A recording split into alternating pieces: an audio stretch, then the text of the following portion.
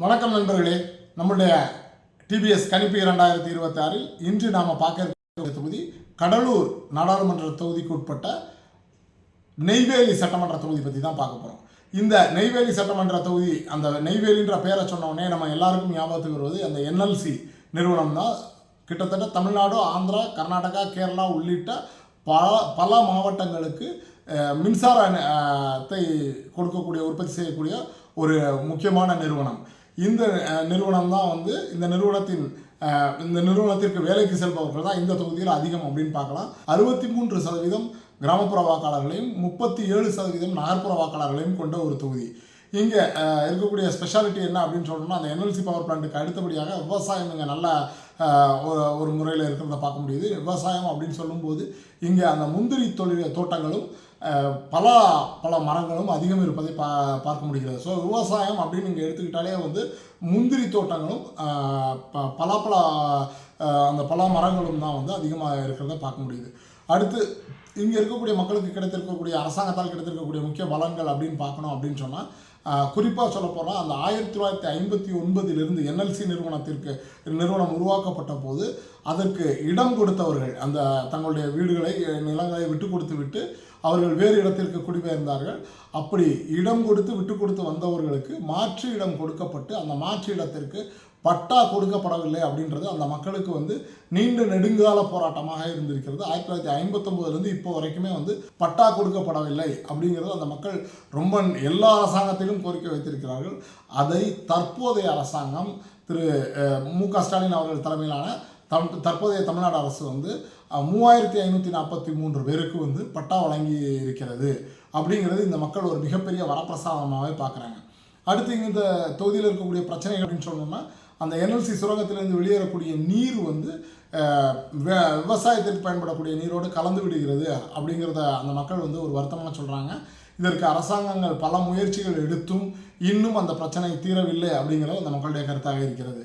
அதற்கு அடுத்து பார்த்திங்கன்னா, என்எல்சி நிர்வாகம் வந்து தொடர்ச்சியாக வந்து வெளி மாநிலத்தவர்களை அந்த நிறுவனத்தில் வேலைக்கு அமர்த்தி வருகிறது. கடந்த 6 ஆண்டு காலமாகவே வந்து தொடர்ச்சியாக வெளி மாநிலத்தவர்களை வேலைக்கு அமர்த்தி வருகிறது.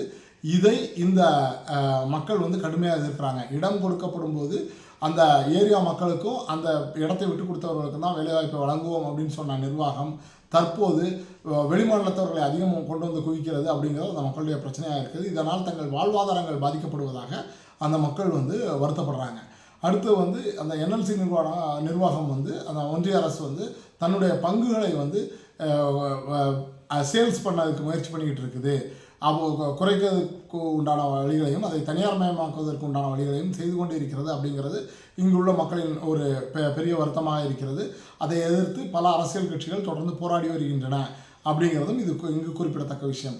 அது மட்டும் இல்லாமல் இங்கே இருக்கக்கூடிய மக்கள் வந்து அந்த முந்திரி தோட்டங்கள் அதிகம் இருப்பதால் இந்த தொகுதிக்கு உட்பட்ட பகுதிகளில் வந்து ஒரு முந்திரி எண்ணெய் தயாரிக்கும் தொழிற்சாலை கொண்டு வந்தால் நன்றாக இருக்கும் அப்படின்னு சொல்லி கேட்குறாங்க.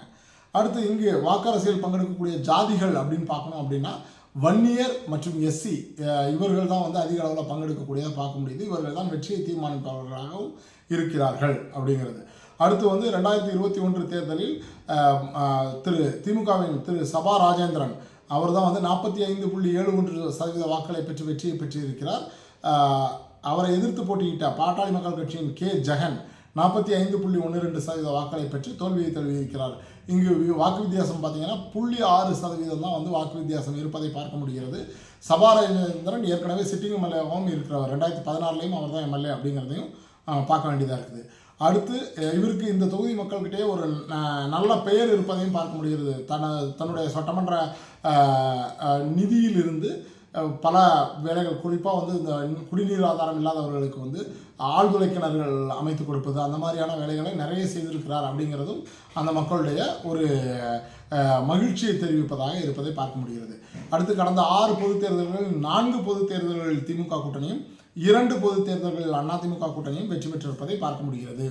அடுத்து நம்மளுடைய சிஃபாலஜிக்கல் கால்குலேஷன், அதில் வந்து நம்ம மக்களுடைய கருத்து கணிப்பு டைரக்ட் எடுக்கக்கூடியது. அதற்கு வந்து 30% கொடுப்பது வழக்கம்.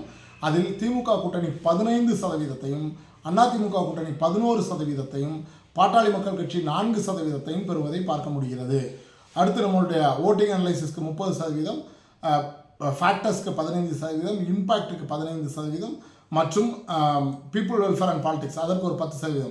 இப்படி 100% கணக்கிட்டால் 49% திமுக கூட்டணி முன்னிலை பெறுகிறது. அதற்கு அடுத்தபடியாக அதிமுக கூட்டணி 26%, பாட்டாளி மக்கள் கட்சி 14%, 3% பாரதிய ஜனதா கட்சி, நாம் தமிழர் கட்சி மற்றும் தமிழக வெற்றி கழகம் ஆகியவை தலா 3%, மற்றவை 2% பெறுவதை பார்க்க முடிகிறது.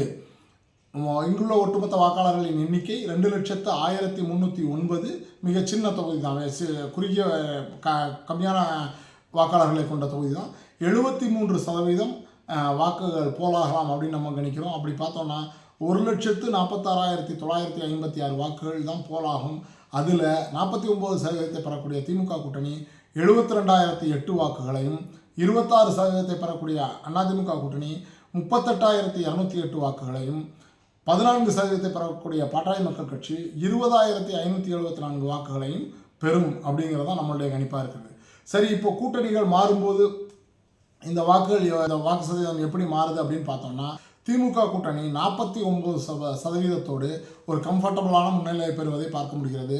அதிமுக, பாரதிய ஜனதா, பாட்டாளி மக்கள் கட்சி மூன்றும் இணைந்தால் 43%, அதிமுக, பாட்டாளி மக்கள் கட்சி, தமிழக வெற்றி கழகம் இணைந்தால் 43%, பாரதிய ஜனதா, பாட்டாளி மக்கள் கட்சி, நாம் தமிழர் கட்சி இணைந்தால் 20% வருவதை பார்க்க முடிகிறது. எப்படி பார்த்தாலும் திமுக கூட்டணி 49% முன்னிலை பெறுவதால் இந்த நெய்வேலி தொகுதி திமுக கூட்டணிக்கு செல்லும் அப்படிங்கிறத நம்மளுடைய கணிப்பு.